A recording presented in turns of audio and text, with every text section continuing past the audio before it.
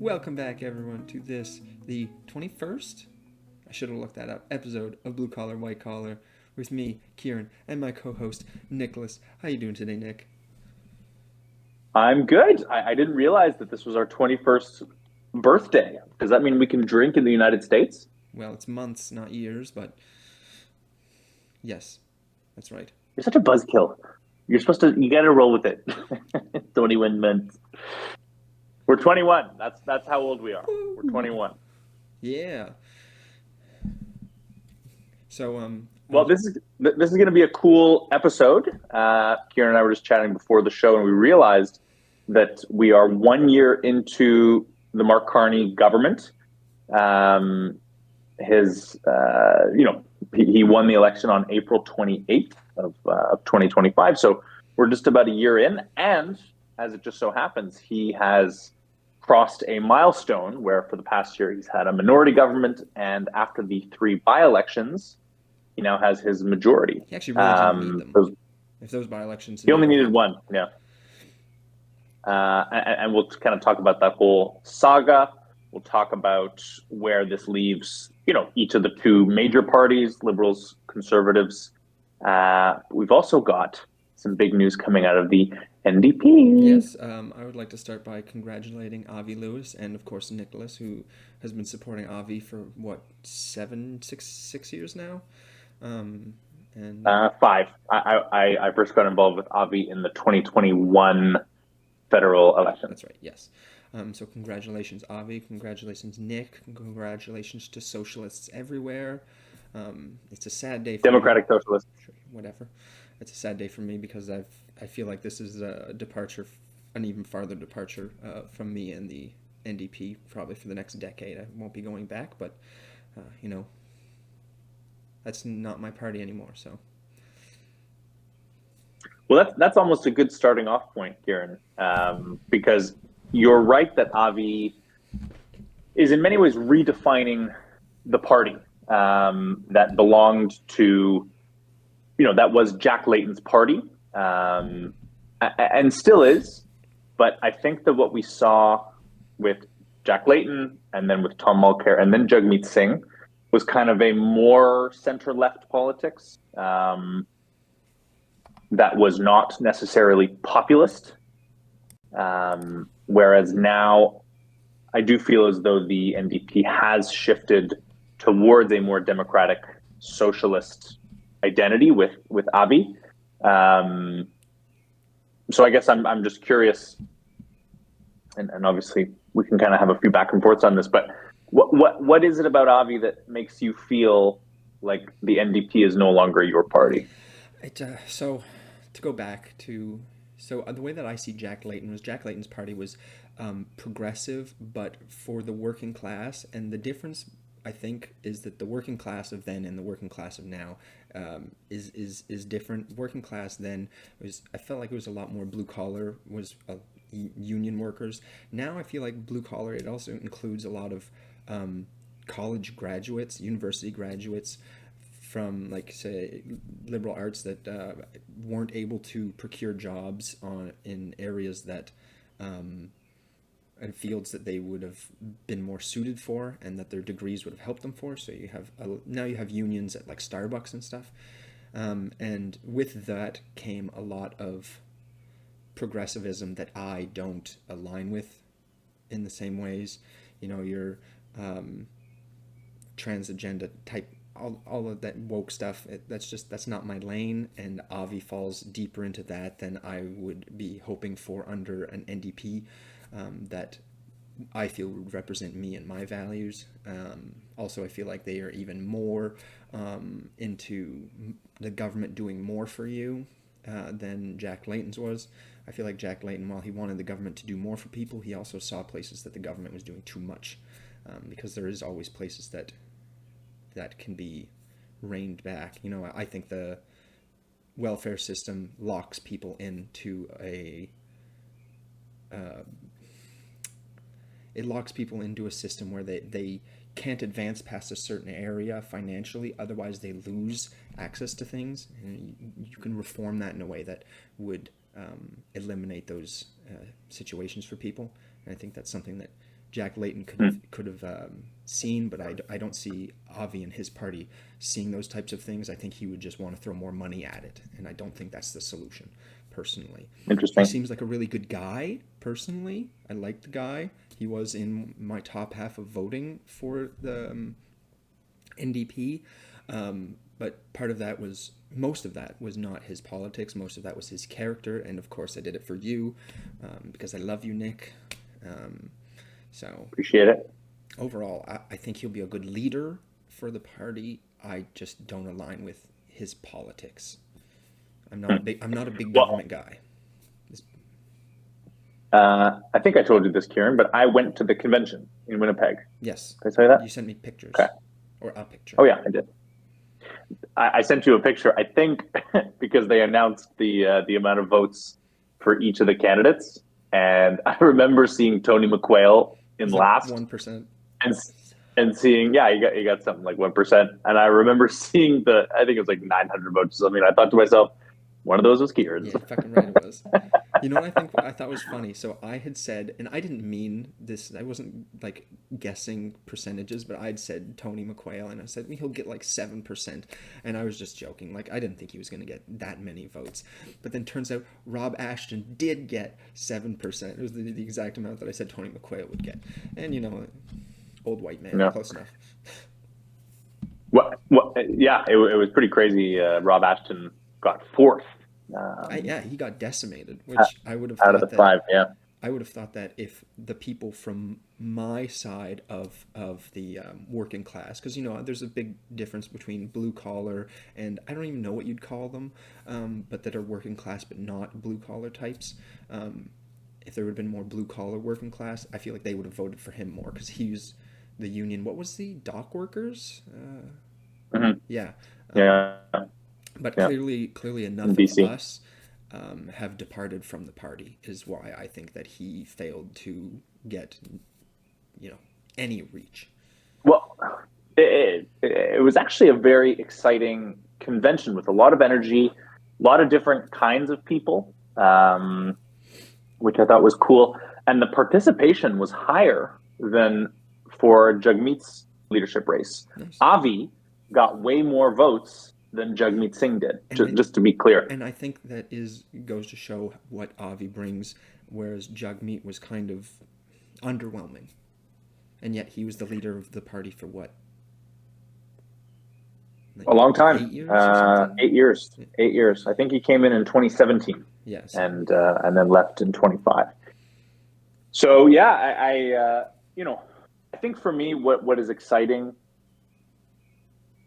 at a very fundamental level here, the NDP are at a historic low. They've never been this low. I don't think ever, like since the creation of even the CCF in 1933 and then the NDP in 61. I don't think either of those parties have ever had such a low share of seats.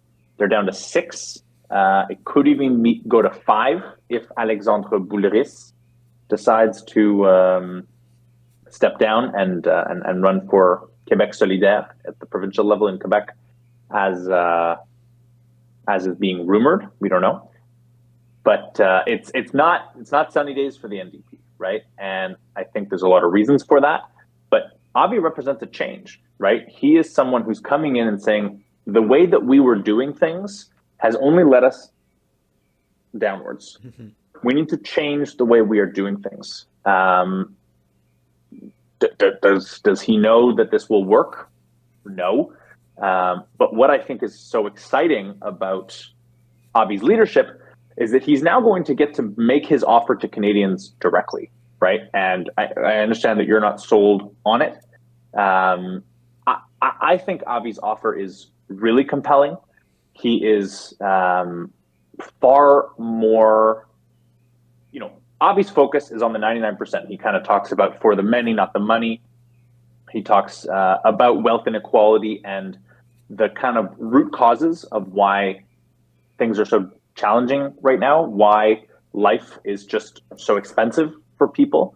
And he said in his victory speech, he said, we must remain laser focused on the challenges of everyday people, right? And I understand that he gets this rep of being this woke guy who only cares about trans and Gaza and isn't really focused No, I on don't think that's economics. accurate at all. But Yeah, he does believe those he things, has but he's been not. That's he has not. been talked about that way in the media a lot, and that's just so not an accurate representation of who he is. Avi is coming in and saying that the reason that life is so hard is because wealth and power have been concentrated amongst such a small group of people, smaller and smaller.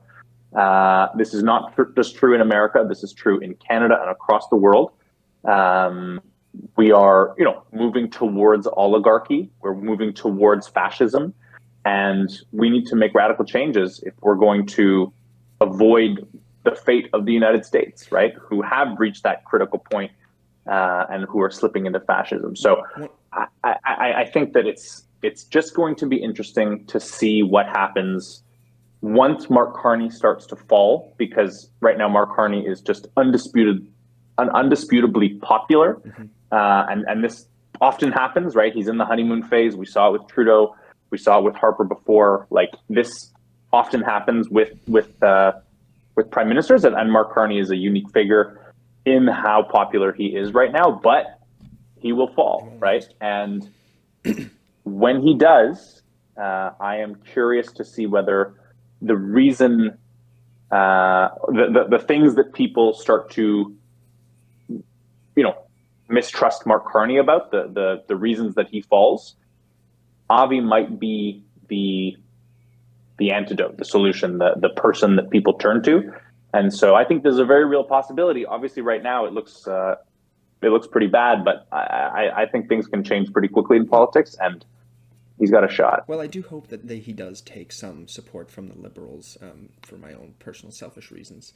Um, but one of the things I want to push back a little bit on his framing of the situation is, um, clumping the 99 together, the 99% together, is just completely it's incorrect, because the top 5%, the top 10%, even the top 25% are going to be heavily impacted by a lot of the ideas and policies that he wants to implement. If you end up doing damage, this is much more obvious in the United States, where what they do impacts the stock market much more heavily and much more rapidly. It's going to hurt those people in ways that the benefits that they get are lesser. So anyone that has pensions that are in the stock market, those people are not going to be happy if the stock market goes down. A lot of retirees, homeowners are not going to be happy if house prices go down. Even though I think house pricing is going down is a good thing. A lot of boomers, especially. I'm a homeowner, so I don't want house prices to go down, but personally, but en masse, I think house prices do need to go down so that people can afford them. But lumping the 99 together just doesn't make sense. The bottom 50 together is a much more connected group than the next 49% up. The top 5 may not be, in terms of wealth, close to the 1%, but in terms of the things that hurt them financially are closer to them than the 99, than the bottom 50, because the bottom 50 have no money in the stock market. They have no money in property values. But that top, that 25%, that 50 to 25%, they do. And then that 25 to 10 and so on and so forth have more and more investments and things that, if the stock market tanks, they will get impacted. One of my foremen at work has decided that he's going to stay on for an extra year because of the negative impacts of the American stock market. His retirement portfolio is not doing as well. So he's going to stay on an extra year just so that hopefully it bounces back, and also he'll put more money into his own pension. And he's not a rich guy. He makes less than $100,000 a year. He's not in the 1%. So it just doesn't make a lot of sense to me to group all those people together. But at the same time, if you focus on the bottom 50, that top 49 is also going to feel neglected. So he's in a tricky position, and I hope the best for him, because I think a strong NDP is better for the country than no NDP, which is kind of what we have right now. And it's not no, but you understand what I'm saying.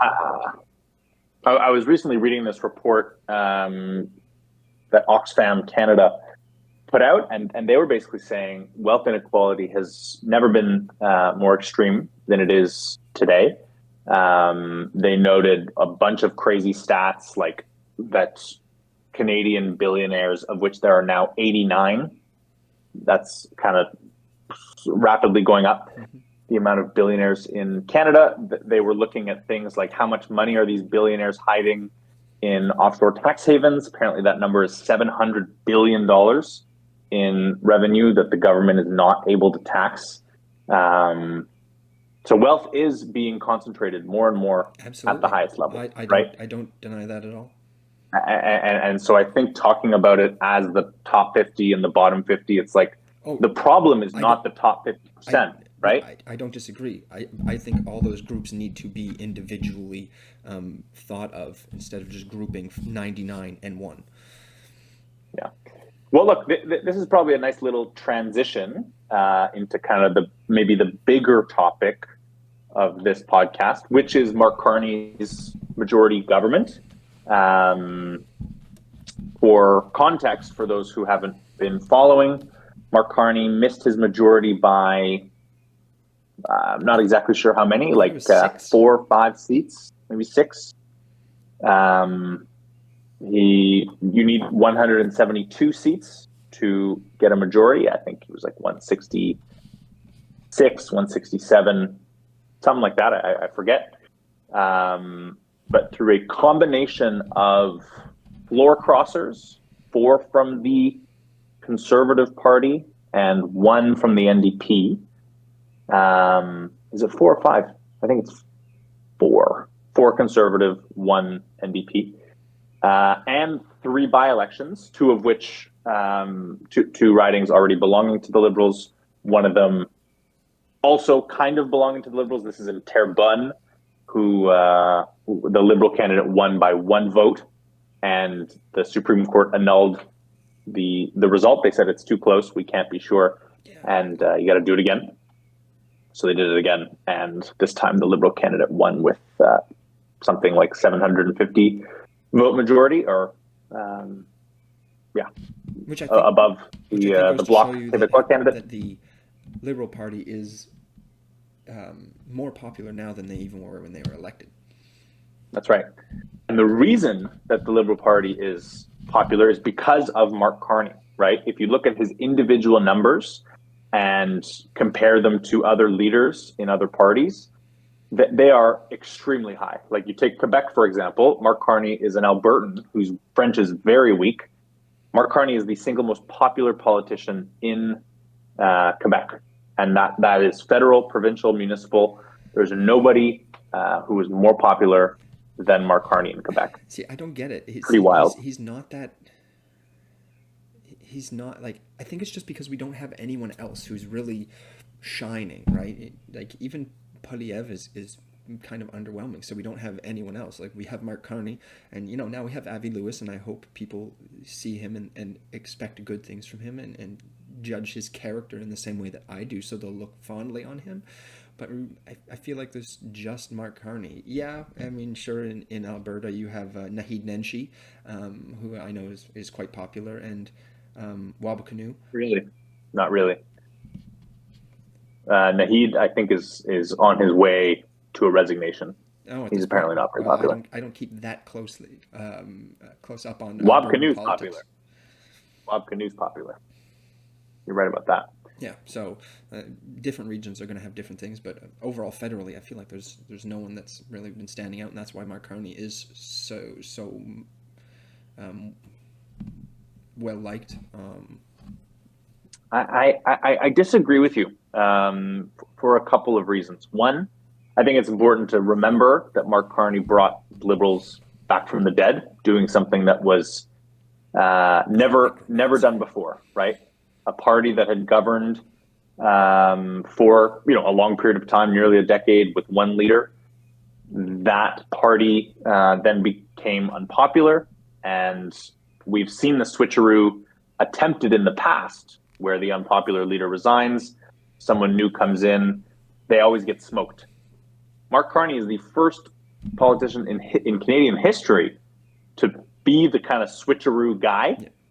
and to actually bring the party back, it's unheard of, right? Obviously, these were pretty extenuating circumstances. Is that the right word? Extenuating? Extenuate? I don't know. Extenuating? I'm not well You know read. what I'm looking for.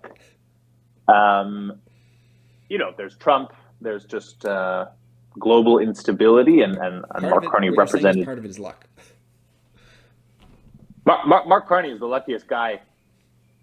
Like, oh my God, did this moment ever kind of present itself on a silver platter for him, where he had the perfect resume, right? He's the crisis guy, and we got hit with the crisis vis-a-vis Trump and his threats to our sovereignty. So I think you got to give him credit. I don't think it's enough to just say, oh, the other leaders suck, and so by comparison, he just looks better.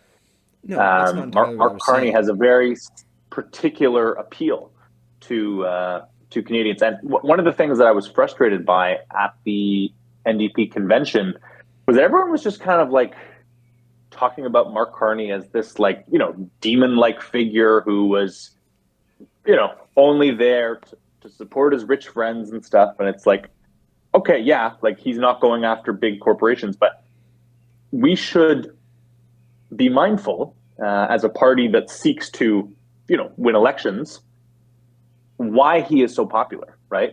And I think that what's happening is that we're looking around the world, and we're looking at what's happening with Trump and Iran and Israel and Lebanon now, like, just this crazy shit that's happening in the world.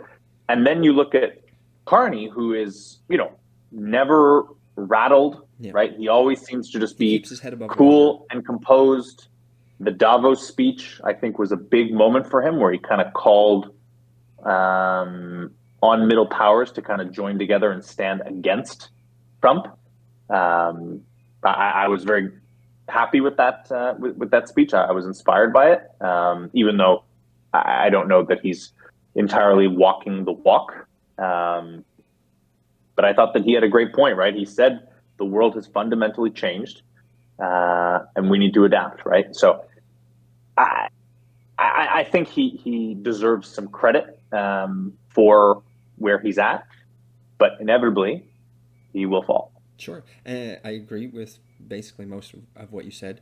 And when you say he will fall, interestingly enough, I think this majority government will lead to his fall faster than his minority government would. People seem to like what minority governments do for them more than majority governments. When liberals have majority governments, they don't get majority governments the next time around. They go to a minority government. When conservatives get a majority government, next time they lose power. Majorities always seem to piss off enough of the population because they do more of their agenda than they actually had a mandate for, and it turns people away to a point where they're going to vote. So maybe the liberals will go to a minority government on the next election, or people will just swing away from it completely, and maybe enough seats will get lost to the NDP. Conservatives will come back, and you'll end up seeing conservative government in next time. But I think Mark Carney would have actually been better off, not for the things he's trying to accomplish now, but for his long political career, if he had stayed in a minority government working with other parties to achieve the things that he wanted to achieve. I got a crazy prediction. Mark Carney in 2029 doesn't run for re-election. Ooh. He may still be popular, but I think we will have seen some big changes in the United States at that point. Yep, there'll be a new Obviously, president. their presidential election is scheduled for We're assuming there'll be 2028. a new president. We will see what happens. Obviously, crazy shit is going to happen in the United States because it's a crazy place. But who knows? Maybe after all that crazy shit, we have a kind of stable, centrist Democrat, right? Like a Joe Biden figure, who has Except one with cognitive kind of, abilities. yeah, exactly, someone who's not 97. Isn't that so crazy that Joe Biden tried to run again. I That is, in hindsight, that is so crazy. so Just saying, I that's so actually crazy. I actually love this prediction of yours because I think that's the smartest political move you could do. Bec- yeah, he has money, so he doesn't really have to worry about what people think of him. But if he steps away, knowing full well that he's popular and that he benefited the country, assuming that the country is better off in 2028, he would go down in history as one of the greatest prime ministers that we ever had. Stepping away from power when you know that you could maintain it, that's a George Washington level move. George Washington could have been president. He could have been king if he wanted to. But he said, no, I think I've done enough. It's someone else's turn. And Mark Carney doing that would be the smartest thing for his political image that he could possibly do. Now, if he doesn't succeed at making Canada better off, it's not a good move.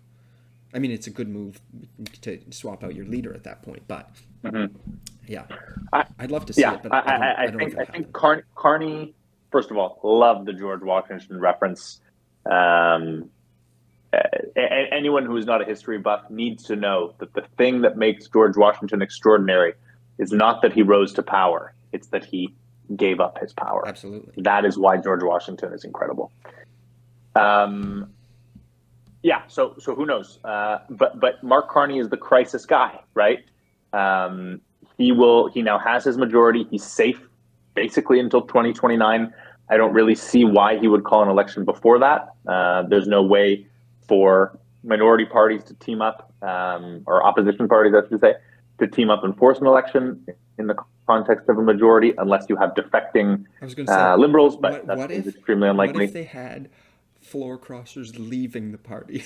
That would be the wildest turn of events. Losing a majority Well, government. what if this is all a conspiracy from Pierre Poilievre, right? He's like, okay, we're going to send them, and then we're going to pull them back. Like this Marilyn Gladue figure, dude, sketchy. I don't know how she's a liberal. I don't get it. She's not. No. But yeah, put She's against it's abortion. like She's against a he's woman's right to putting choose. his agents into the Liberal Party so that he can maybe Yeah. infect some of them and pull other people into the Conservative Party. If That's only five Pierre D chess. Poilievre That's five. was able to do that. That's 6D chess. No, actually, Yeah, I don't want him to do that. that is so above Pierre Poilievre's pay grade, and we're going to talk about him in a second. But yeah, Mark Carney. If things have stabilized, and I doubt it, right? Like they might stabilize temporarily, but I think that we're at this point we're in a bit of a It inevitable. yeah, it depends on both international and domestic factors, right? He might stabilize domestically, but international factors cause it so that we're not stable, like World War III. But like if Mark Carney is a product of Donald Trump's presidency, right? Mark Carney got elected because he was the guy that Canadians wanted in the room negotiating with Trump, right? So long as Trump is there, Carney will be there. Now, what happens when Trump leaves? Maybe that means Carney leaves too, right? Who knows?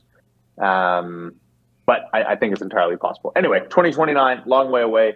And obviously, politics is crazy and you can't ever predict that far into the future, even though I just did. No, yeah, but that's fun. It's fun making wild predictions It's like fun. that. It's fun. But you can't be a serious, political pundit and make real predictions for 3 years into the future, especially in this moment of accelerating Yeah. change. I mean, I can't wait to start making 2028 presidential candidate predictions before anyone starts announcing. That's always a fun game. See who actually is willing to step up. Okay, guess right now. I'm not Who's doing the that. Democratic candidate? This is not the podcast for this. If you want, we can talk about it another time. Do it. Just say a name. Well, I think JD will run, but I don't. I think his associations with Trump will tank that. Any chance he has. Rubio. Rubio will absolutely run, but the interesting thing, in my opinion, will be the Democratic side. Yeah. Is it going to be Gavin Newsom? I hope not. Yeah, agreed. He'll definitely that's person. That's not even a prediction. That's signed into law. Gavin Newsom Actually, has to run for that's in president in stone. Yeah. 2028. Yep. 100%. Anyway, let's Will he move get the on. nomination? Um.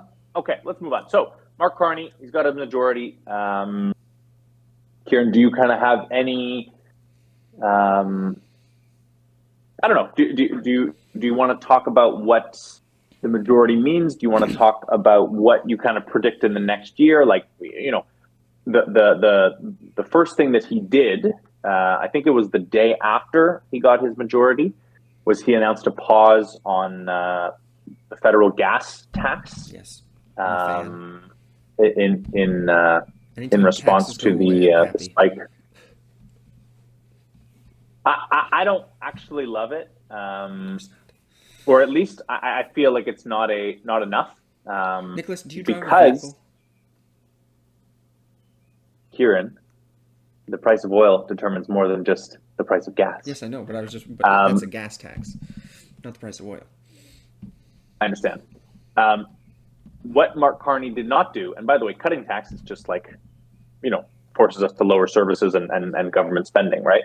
Um, what Mark Carney did not do, and what a lot of people on the left and even in the center are talking about is why are we not implementing a windfall tax on the oil companies that are making a killing off the spike in gas prices, in oil prices, due to the conflict in Iran, right? They are making a killing off of this.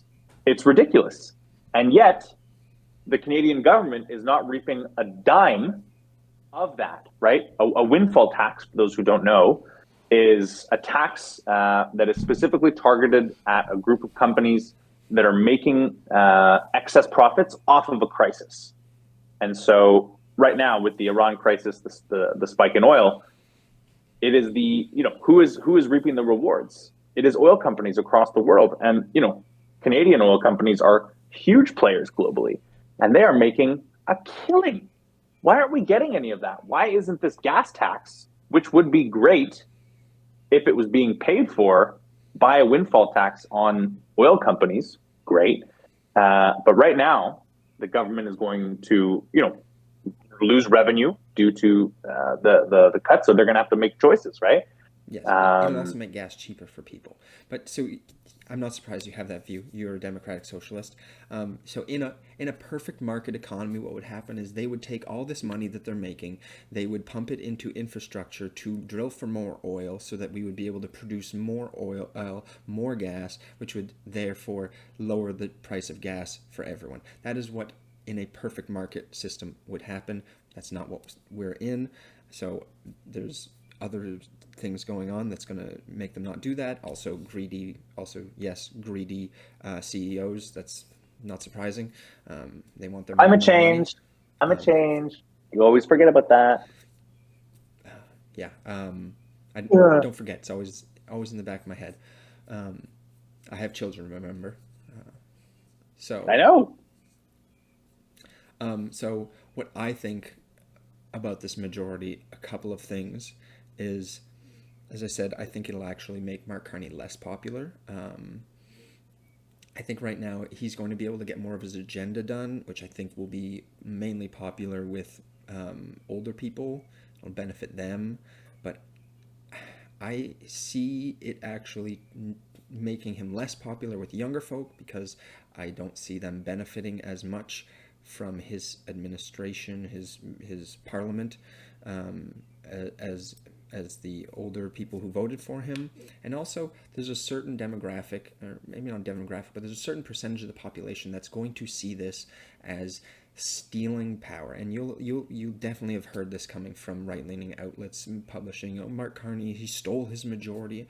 Whether or not that's true, whether or not it's legal, which everyone says is, but potentially backroom deals were done, we don't know. A lot of people are going to see it as undermining the election of last year, which in turn will undermine people's view, not everyone, but some people's view in democracy even more than they already have. You look at somewhere like the UK, where I think 5 elections in a row people voted for less immigration, and every single government didn't do any of that. So people are already losing faith in democratic systems, and Mm. a certain element of the population is going to see Mark Carney doing this and going to have even less faith in democracy, and I think that's a bad thing for the country and for the world. Yeah. Yeah, it's interesting, right? Like floor crossing is allowed in our constitution, As long as there's no quid pro quo. um, as long as there's no quid pro quo. Um, how now will we likely see some things happening in the ridings of the people who cross the floor? Sure. Um, but that's because they're now part of the government, right? And I think the whole point, and I know this because I work, at the provincial level in Quebec politics. The ridings that are held by members of the government get a lot more love than ridings held by opposition members, right? Sure, That's just a fact. but if the new liberal seats are benefit disproportionately relative to the other already liberal seats, that's a situation where you got to look into and go, was there deals done that would qualify this as against the law? Not that the RCMP would ever do anything about that, because they never do. You look at all of the scandals that happened under the Trudeau government that should have been investigated. They basically had a surface level investigation. And honestly, I don't think the RCMP is set up to handle political illegalities like that. Like, you need a special body that all they do is evaluate that kind of thing, because think about, Yeah. you could easily politicize the RCMP doing if they start investigating that kind of thing, right? Hey, anyway, yeah, we're not talking about the RCMP, obviously. Although I think there is a body that looks into that, maybe a branch of the RCMP. Anyway, Could be. um, If anyone, we talked about her, if anyone got benefits for floor crossing, it's Gladue, because that lady is not a liberal. So if any of them, no, she is not. if any of them She is. got their pockets lined, it's that lady. Oh, dude, she is so blue. She is so conservative. Dude, Um, that's like if, I don't know, that's like if JD Vance were to run as a Democrat next time. Like, that's yeah, just not her. Like, that's what? yeah, yeah. No, it's crazy. Okay, but speaking of conservatives, what do you think this means for Pierre Poilievre? Will he be the conservative candidate next election? Yeah, unfortunately, I think because I think that this majority government will make Carney less popular, I think it will in turn make Polyev more popular. Maybe it'll just make the conservatives more popular, and unless they have a rising star come out of nowhere, I guess it wouldn't be come out of nowhere, but for your average person who doesn't pay deeply attention to politics, it would feel like coming out of nowhere. I think he'll likely be the head of the party for years to come, at Mm-hmm. least until he loses an election with no excuse. Last time he had a pretty good excuse for saying why he lost. Like, it that election was not his fault. He could have pulled it through. He could have pulled through and won had he been a better candidate and a message better, and maybe distance himself more from Trump like, or Trumpism, Trump like behaviors, Trump in general. He might have still pulled a win out. It would have been very slim if he had, but he didn't. And next election, if he's not able to pull a win for them, then they'll get rid of him. But until something happens, maybe, who knows? Anything could happen, right? He could have a health thing. Maybe his wife could. They might decide to step away for that reason. Um, Honestly, if something happened to his wife, a health thing, I don't think he would leave politics for that. I think he's so entrenched that that's who he is. But if he had a health thing, he might leave. Hopefully, nothing happens. Um, we don't want anyone to have any kind of health problems like that.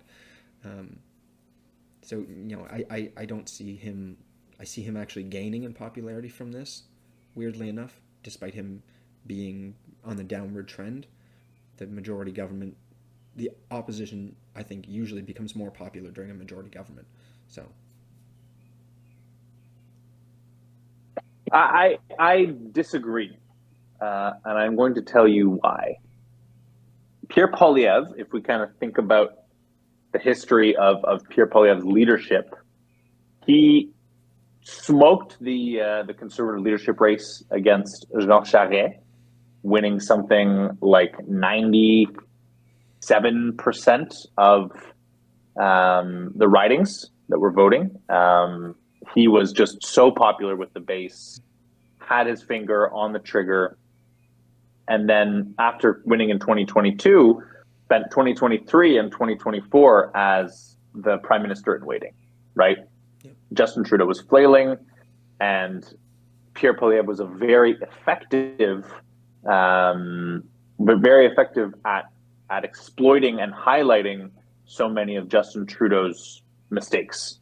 And I think that people were just so mad at Trudeau by the end that they were eager for Pierre Poilievre to come in, right? Because he was the alternative. Mm-hmm.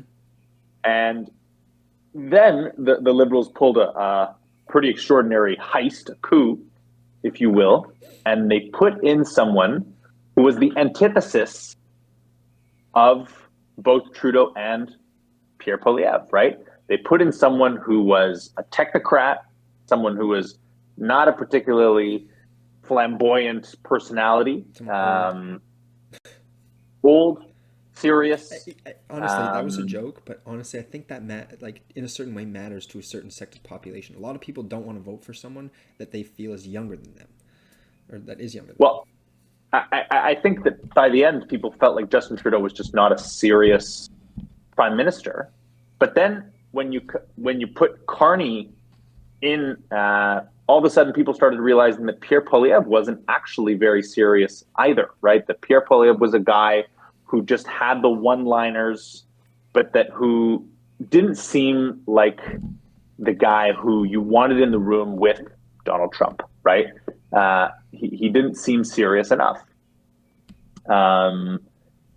So I think that what the Liberals did was they chose someone who was able to exploit Pierre Poilievre's weaknesses, and that as a result, he has only gone down and down and down, right, to the point where, like, the last year has been terrible for Pierre Poilievre. Not only did he lose the election, he lost his own seat, right? How embarrassing is that?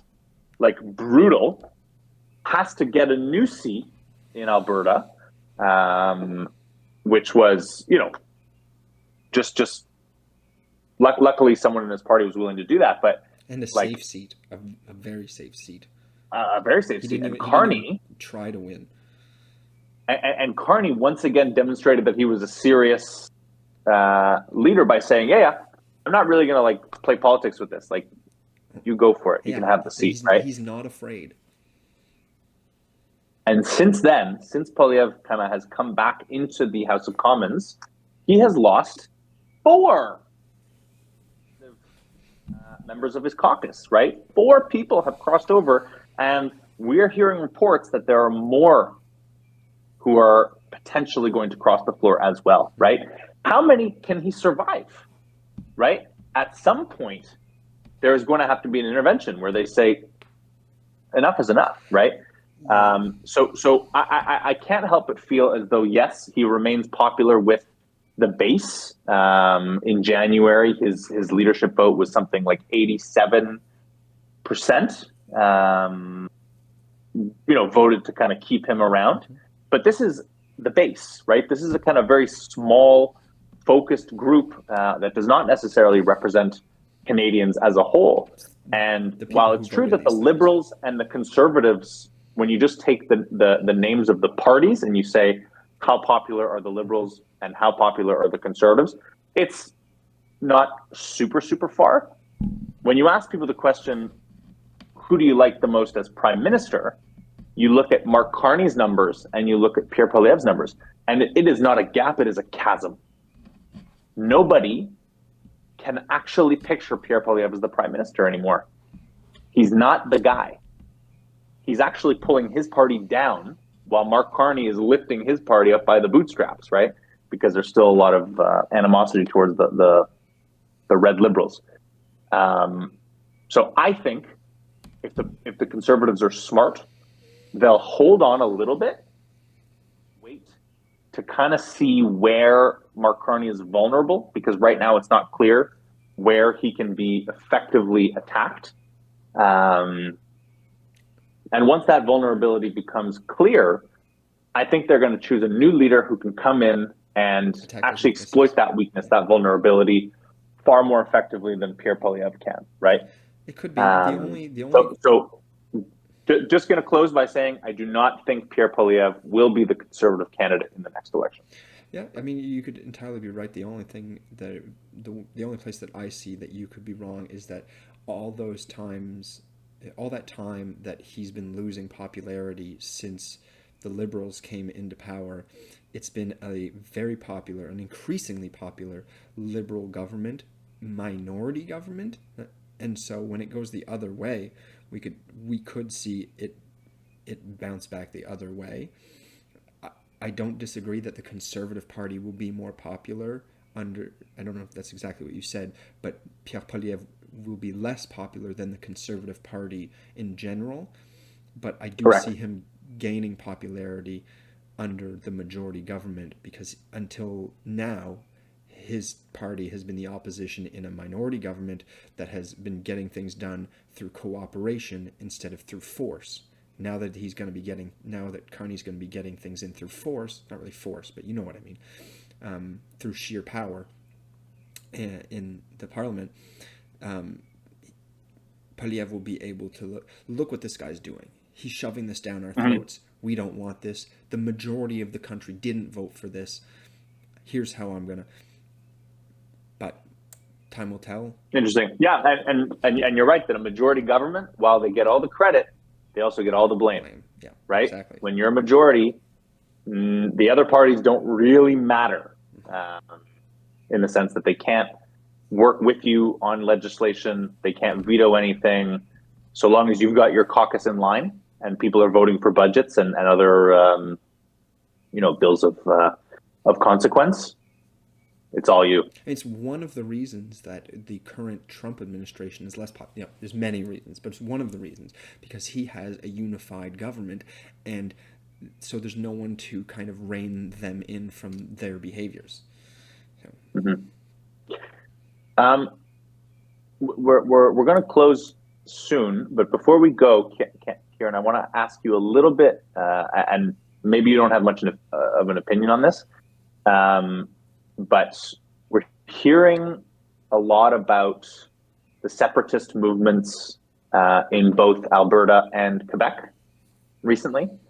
I'm wondering if you're seeing anything there. Do you think that either the separatist movement in Alberta or in Quebec is relevant? Is it something that we need to be thinking about, or do you think it's a minority that shouldn't really be cause for concern? Again, I think this is a circumstance where a majority government is more likely to cause these things to swell up, especially out in Alberta. Alberta's a very conservative place. It's so conservative that their opposition is the NDP, not the Liberals.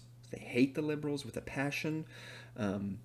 So a majority liberal government, especially one that is antagonistic towards them, is going to cause more of a separatists. What do you mean antagonistic? They got a pipeline. Anyway, less than the Trudeau government, but still, under Polyev, they'd be like 12 pipelines built by now.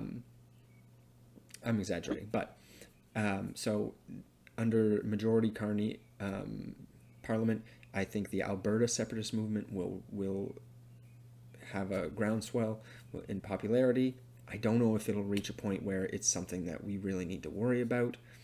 Part of me actually likes the idea of these giant countries, China, Russia, Canada, the United States, breaking down into smaller countries that work together the way that the EU does. Theoretically, the EU could be one giant country, the same way that Canada is. We're the same size as they are. and in many ways, I think the regions would govern themselves better that way. You could split the entire country into sections. The Maritimes, Quebec, Ontario, the prairies in Alberta are all different places that I think would run themselves in different ways if they were independent from the Canadian government. I don't want that, but I can see how there'd be benefits to it, and sometimes in my more radical thoughts, it might be something that would be better. I Quebec, it's honestly one that they've reached like all 50%, a little under before, so it's something that you know better than me.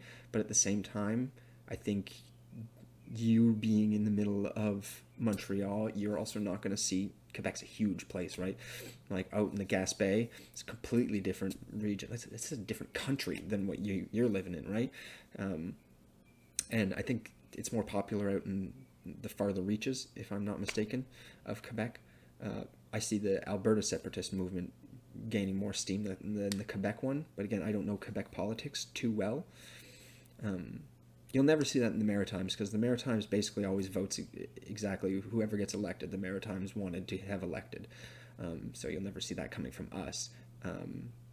But I make that divide because, the Maritimes, we all kind of are one community. PEI, New Brunswick, and Nova Scotia were all very similar people. Unlike once you cross that border into Quebec, you guys are completely different people. And then once you cross from Quebec into Ontario, you're completely different people. And then once you're out of Ontario, you're into the prairies. Again, that's a completely different people. And if Alberta goes, Saskatchewan and Manitoba are going to follow.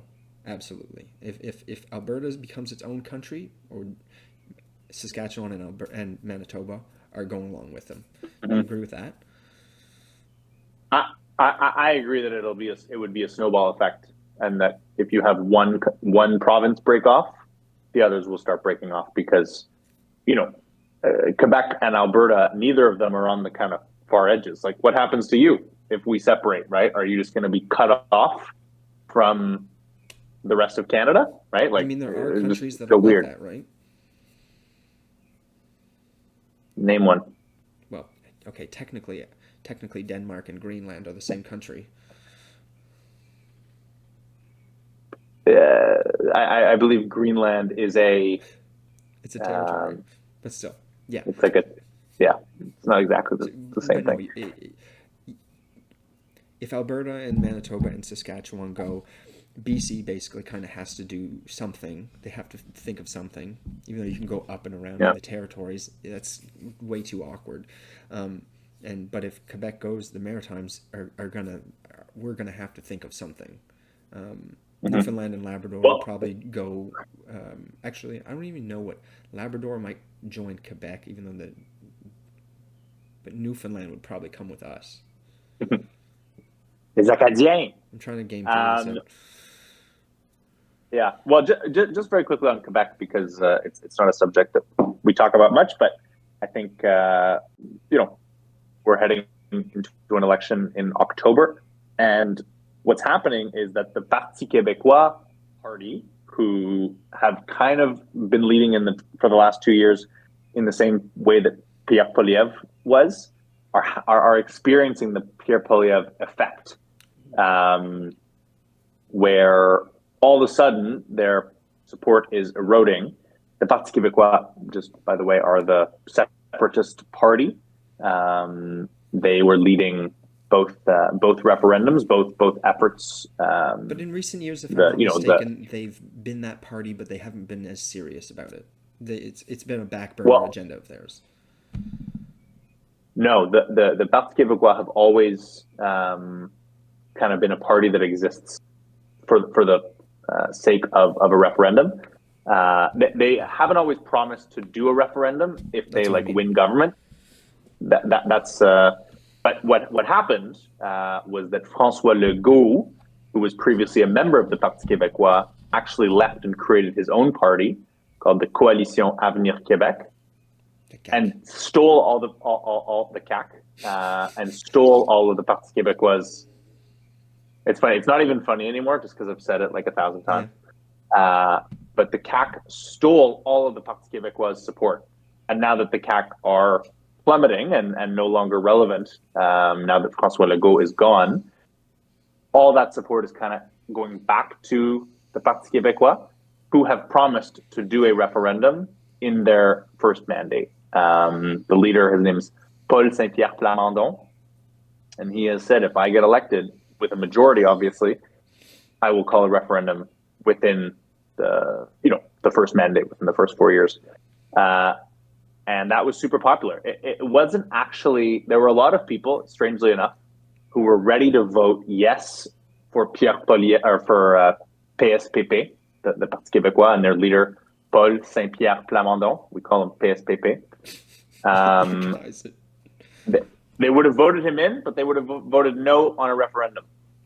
The support for referendum never got to that 50% level, and now it's even lower and lower and lower. We're seeing the amount of people who support him and his referendum are both plummeting. The Quebec Liberal Party seems to be on the rise right now, because fundamentally, while there may be a section of Quebecers who support sovereignty, the majority don't. We're just not there, and I don't see a referendum happening. It's not impossible. Obviously, things can change, as we know, but it seems extremely unlikely to me at this point that I don't either Alberta or Quebec will I don't separate. think Canadians want that. Canadians, we're good people. We're caring. We're community people. I don't think we want a divided Canada. And I think it would be a tragedy to see us break up. We're a country with rich history, some dark history, but that's every country. And so when you're talking about the Parti Québécois splitting off and forming the CAQ, it actually reminds me. I don't know how much you know about British politics, but they have a party called Reform, and Reform was very popular. Mm-hmm. They were likely to take the next election. They're super popular right now with Nigel Farage, but there's a new party that's coming out because the Reform Party is sucking up so many former conservatives that a lot of people who are Reform are saying actually Reform's not radical enough in what they're doing. They're just going to be conservatives again. So they've started a new party, and I'm forgetting what the name of the party is, but it's another R word, and its entire point is to be, we're more reform than reform. We don't just want reform, we want, and their big thing is, we want to just have mass expulsion of all of these recent migrants, because the United Kingdom has had such an influx of mainly Muslim people coming into their country, and they've had a lot of trouble as a result of it. And so this party, their whole purpose is to have much stricter immigration and immigration enforcement. So it's kind of interesting to see the parallel there with the Parti Québécois and the CAQ. Okay, I'm trying to look them up. I'm not sure which one. You'll have to let me know what they're called. I see the Reform Party here, but I don't see another R. Under Farage? Unless you're referring to the. No. I'm not saying like they're big. The Liberal. No. I'm not saying they're big. Okay, maybe they're very small. Yeah, anyway. But it's a splinter faction. Yeah. Look, I gotta say, I don't know if you agree with this, but I feel as though Canadian politics are more interesting now than they used to be. Maybe that's just 10 years ago we wouldn't have been able to have this whole podcast. Yeah, maybe it's because of Trump. Just the impact that he has had on Canadian politics over the last year. All politics. All politics, but obviously, this is a podcast about Canadian politics primarily.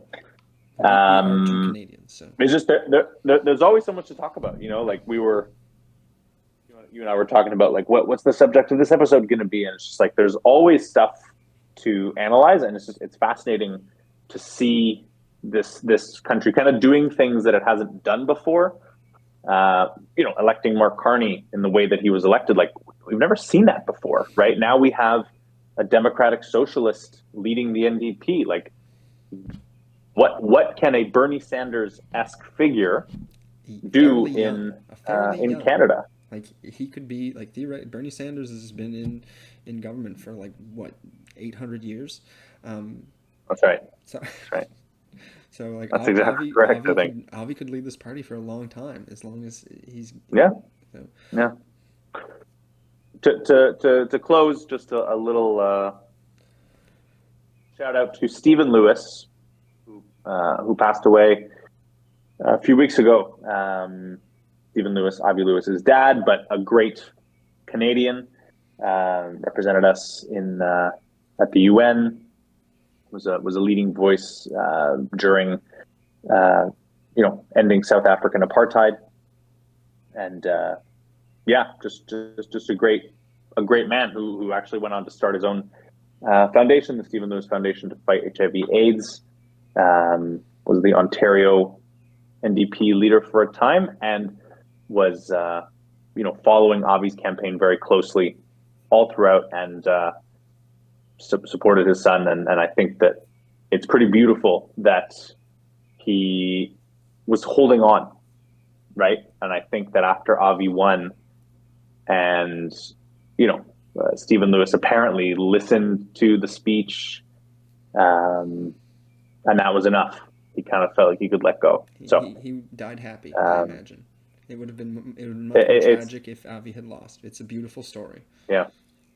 Yeah, it is beautiful, and I salute Stephen Lewis as a great Canadian. Thanks for stopping by, folks.